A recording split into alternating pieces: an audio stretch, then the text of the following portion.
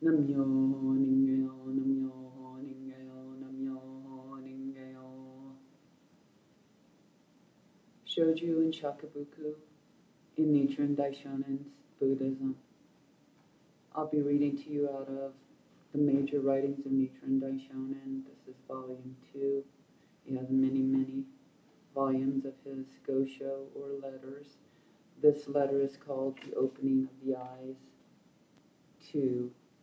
He wrote 2 gosho or letter regarding the opening of the eyes because when we chant Nam-myoho Renge Kyo and practice Nichiren Daishonin's Buddhism correctly, then our eyes begin to open. Not only do we start to see what's always been right in front of us, but we start to see things that we would have never otherwise seen.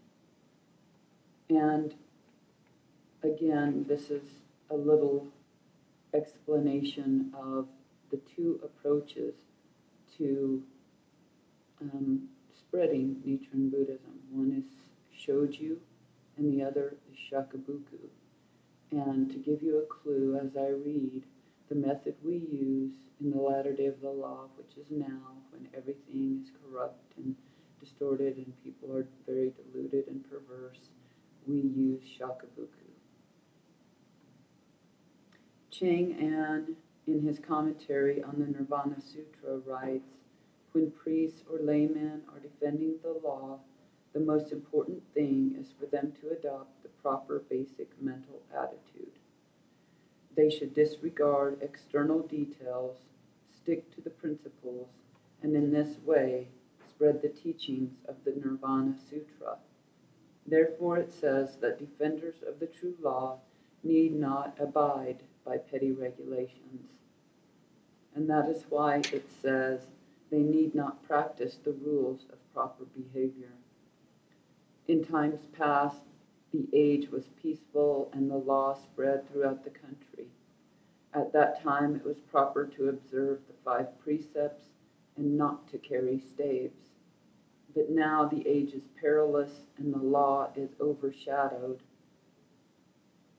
Therefore, it is proper to carry staves and to disregard the 5 precepts. Therefore, it is proper to carry staves and to disregard the 5 precepts. If both past and present were perilous times, then it would be proper to carry staves in both of them. And if both past and present were peaceful times, then it would be proper to observe the 5 precepts in both of them. You should distinguish between the Shoju and the Shakabuku methods and never adhere solely to one or the other. These 2 methods of spreading the law, Shoju and Shakabuku, are like water and fire. Fire hates water. Water detests fire. The practitioner of Shoju laughs with scorn at Shakabuku. The practitioner of Shakabuku despairs at the thought of Shoju.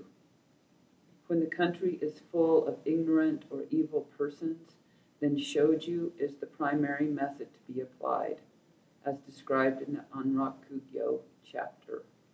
But at a time when there are many persons of perverse views who slander the law, then Shakabuku should come first, as described in the Fukyo chapter. It is like using cold water to cool yourself in the hot weather, or longing for a fire when the weather turns cold. Grass and trees are kinsmen of the sun. They suffer the cold moonlight. Bodies of water are followers of the moon. They lose their true nature when the hot weather comes. In the latter day of the law, however, both Shoju and Shakabuku are to be used. This is because there are 2 kinds of countries, the country that is passively evil and the kind that actively destroys and the kind that actively seeks to destroy the law. We must consider carefully to which category Japan at the present time belongs, and this is in the 1270s. The Buddha replied to Kasho, "It is because I was a defender of the true law that I am now able to attain this diamond-like body that abides forever and is never destroyed." Men of devout faith, defenders of the true law, need not observe the 5 precepts or practice the rules of proper behavior. Rather, they should carry knives and swords, bows and arrows. There are priests who practice the Dharma in various ways, but still they are not able to utter the lion's roar and refute evil persons who deny the Dharma. Priests of this kind can bring no merit either to themselves or to the populace. You should realize that they are in fact shirkers and idlers. Though they are careful in observing the precepts and maintain spotless conduct, you should realize that they are incapable of attaining Buddhahood. Then at times there are others who fail to observe the precepts, and as soon as they finish listening to the priest, are enraged to the point where they are about to attack him.